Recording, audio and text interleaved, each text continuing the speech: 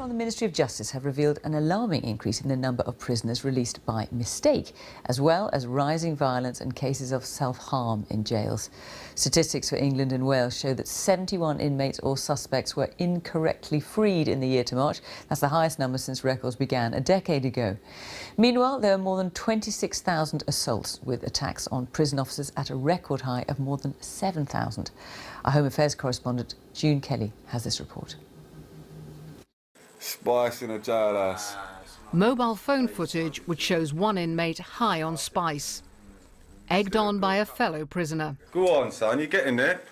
This synthetic drug offers brief relief to some, but is contributing to deep-seated problems in our prisons.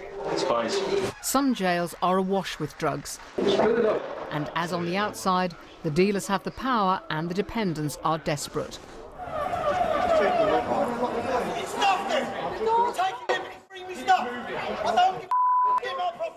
All adding to the violence in a volatile environment. One ex-offender who doesn't want his face shown knows this world. He spent time in 6 different jails and witnessed attacks on fellow inmates. I certainly saw some pretty horrendous violence, people being slashed with toothbrushes which have had prison razors melted into them. And prisoners mixing up their own lethal cocktail to throw at each other.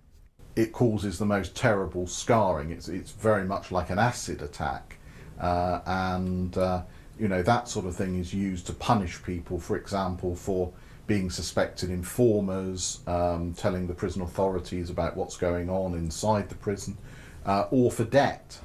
We asked for an interview with the Justice Secretary David Lidington to discuss the situation in our jails. Our request was turned down. In a statement, the Minister said his top priority was improving safety and security in our prisons. And today's figures reinforced how crucial it was that progress was made as quickly as possible. As a serving prison officer, Sarah doesn't want to be identified. But earlier this year, she spoke to us about the job. I go into work feeling anxious, tensions are high, prisoners are angry and frustrated. When you open the door, you don't know what you're going to be faced with. I've had everything from urine, faeces, televisions thrown at me. Ministers say planned extra staff will eventually make a difference.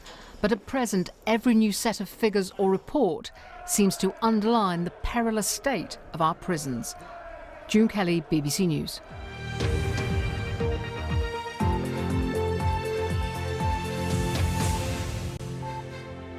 People have been rescued after becoming trapped in a 53-metre-high viewing tower in Dorset. 11 members of the public, there's the viewing tower, and this is how they were rescued.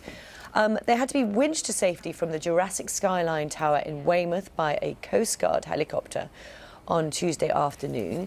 A full investigation into the incident is underway.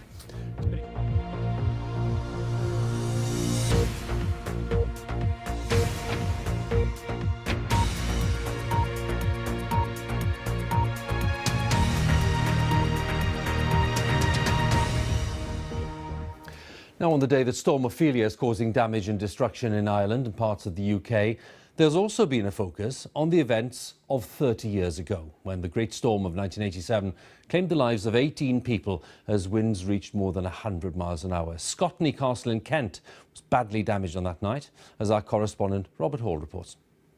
Winds raging at 110 miles an hour lifted trailers off the ground. A group of 16 houses all but swept away. Howling in from the Channel, the most devastating storm since 1703. It caught the southern half of the UK totally by surprise. Gusts of up to 115 miles an hour ripped 15 million trees from the wet ground, tore off roofs and cut power to thousands of homes. 18 people were killed and the damage ran to over £1 billion. Andrea Pell celebrates her 30th birthday today. Her mother still remembers a hazardous dash to hospital for the birth. As we got further and further, the storm got worse and worse, and trees started falling in front of us and behind us. And at one stage we just had to stop suddenly because a tree had fallen right in front of us. Part of the reason that so many were caught on the hop could be found in a now infamous forecast the previous day.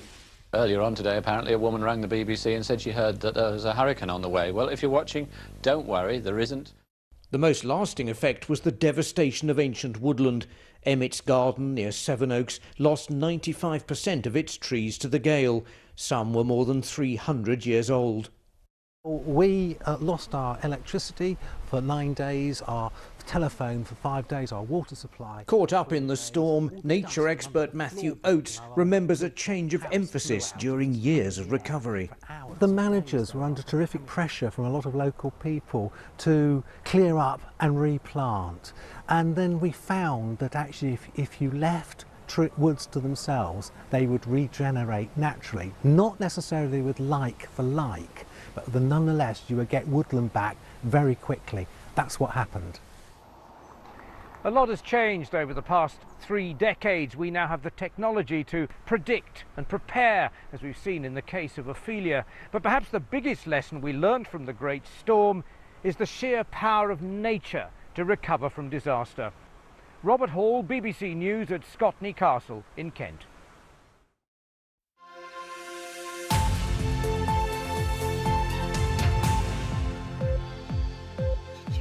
You are going to learn so much. Every day's a school day here. But what I do know is our reporter Adrian Campbell has been to see a unique monitoring project at the Golden Cap Estate in Dorset. Yeah, I think we put the legs. Chris Deek from the Dorset Bat Group is setting a most unusual trap. It's almost invisible to bats. A special device plays out bat calls to lure them in. Normally we wouldn't hear the calls, but another gadget interprets the sound for our ears.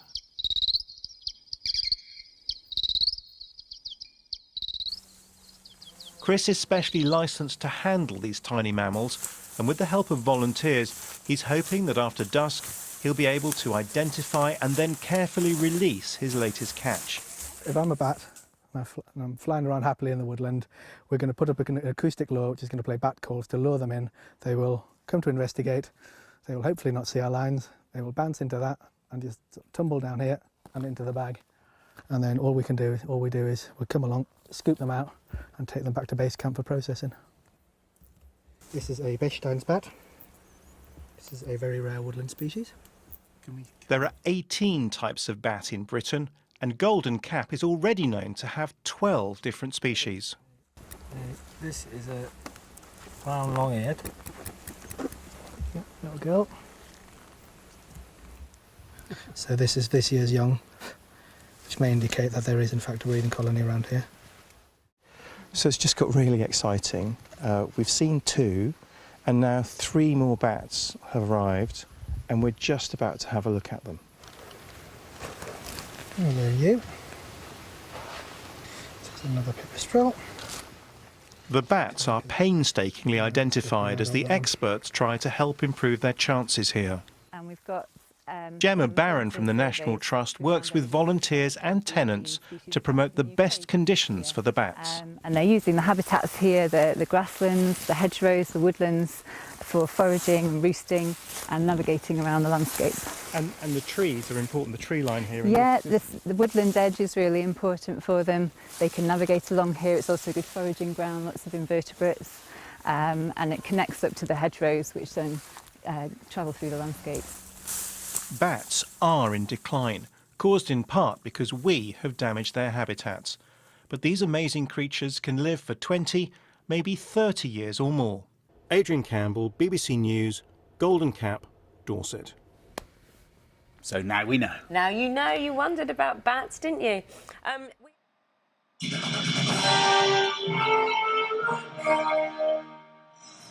Hello there. Now the EU is set to unveil proposals to ban many single-use plastics that we all use. We've got some of them here. There's straws, cotton buds, plastic cutlery as well. It comes as campaigners are calling on the government to act urgently to stop millions and millions of tonnes of plastic waste from polluting our waters. In a minute, we're going to talk to the author of this brilliant book, actually. It's called How to Give Up Plastic. A lot of people say, well, how do I do it? It's so complicated. Well, it can be done. And with today set to be the warmest day of the year so far, thousands flock into Britain's beaches for the bank holiday. People are being urged to take their rubbish away with them. We were saying earlier, why do people just have a lovely day on the beach and just walk off and leave pizza boxes there and plastic cups and bottles, walk away. Morons. Nick Dixon is live at Bournemouth Beach. The crews have been cleaning up after these idiots all morning, haven't they, Nick? They have indeed, Richard. They've been here since the wee small hours. A very challenging day today, particularly with the bank holiday and the warm weather. They have a new campaign going here, the council, just to educate people. It's called Leave Only Footprints, to remind people of their responsibilities. But as I said, regardless of how much you try to educate people, when the staff come along to the beach in the wee small hours, there is still a huge amount of mess. And with the bank holiday, it's even worse. It's stuff, it's problem plastic, really. It's stuff like this. Take a look. Hundreds of water bottles, drinks containers, food containers, bottle tops, even baby wipes left lying as well. So you get an idea of the scale of the challenge for the council here. The litter pickers are already out. They've been here since about 4:30 this morning. The beach truck's out as well, the tractor, and that alone will pick up about 15 tonnes of litter on a busy bank holiday. 7:30 on Sunday morning, a spotless Bournemouth beach in the midst of a busy bank holiday weekend. And in the space of just a few hours, it's packed with tens of thousands of sunseekers bringing picnics, snacks and drinks. Bournemouth Council has hundreds of extra bins out, litter pickers and staff patrolling the beach and reminding people not to leave their rubbish lying around, but they'll still be faced with a huge mess to clean up later in the day. I'm sitting things that I haven't put around, but I won't be going to collect them and put them in the bin. I don't see plenty of bins, but it's more people are lazy. Figures from the Marine Conservation Society show around 40% of UK beach litter can be directly sourced to the public. And on UK beaches, levels of litter have doubled in the past 20 years. Will McCallum from Greenpeace says the equivalent of a lorry load of rubbish is dumped into the sea every single minute. So I've been on the beach about 20 seconds and already found this plastic cup doubled up, so one of them hasn't even been used. And there is a sort of classic example of the kind of things that we find all over the world on beaches. It will take hundreds of years to break down. By 8 o'clock, the beach, of course, is considerably quieter, and Bournemouth Council will start to get an idea of the clean-up job ahead of them before thousands arrive for Bank Holiday Monday. Nick Dixon, Good Morning Britain. Soldiers wearing protective suits were tonight removing an ambulance it's feared could be contaminated after the attempted assassination of the former spy Sergei Skripal and his daughter Yulia. It's evidence that the operation to discover how and why a potentially lethal nerve agent was administered is far from over. In Salisbury, several sites are still cordoned off, but is the local MP satisfied that people here have been adequately protected? Whilst there's a lot of activity going on to investigate what happened and isolate sites and continue with that investigation, there is very low risk to the public. Detective Sergeant Nick Bailey, who fell ill while investigating the poisoning, released a statement saying he did not consider himself a hero, but was merely doing his job. But the scale of the operation is now such that it seems initially the authorities may have underestimated what they were dealing with. BBC and ITV News.